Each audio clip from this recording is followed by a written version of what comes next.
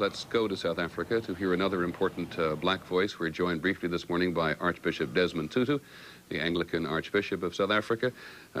Archbishop TuTu, thank you for taking a few minutes. Is Mr. Mandela now the universally recognized leader of the black nationalist movement in your country? I have to say, I mean, he's just been behaving wonderfully well, and we have kept saying that he is head and shoulders above any other leader, black or white, in South Africa. He has never claimed to be the universal leader of all blacks. You heard in his speech that their commitment is to a multi-party democracy, which does mean that there would be place for any other people who have constituencies that seek to choose them to represent them. You, sir, have made much over your quite brilliant career of the need to get rid of violence, to expunge violence from the struggle. And you hear Mr. Mandela in the United States saying it is still necessary. Does that make you uncomfortable?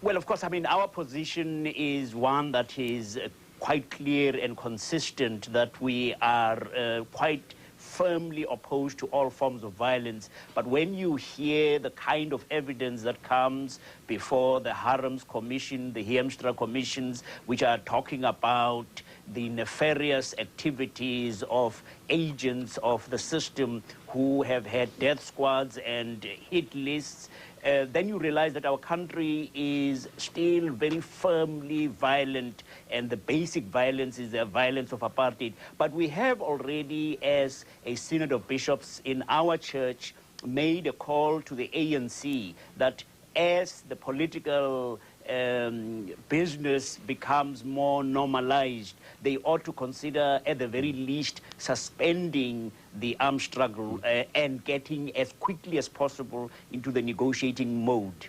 I apologize for reducing you to the level of a mere journalist or reporter, Archbishop, but tell us how this is playing in the press down there. It's getting enormous attention in America. What about on South African television and in the newspapers?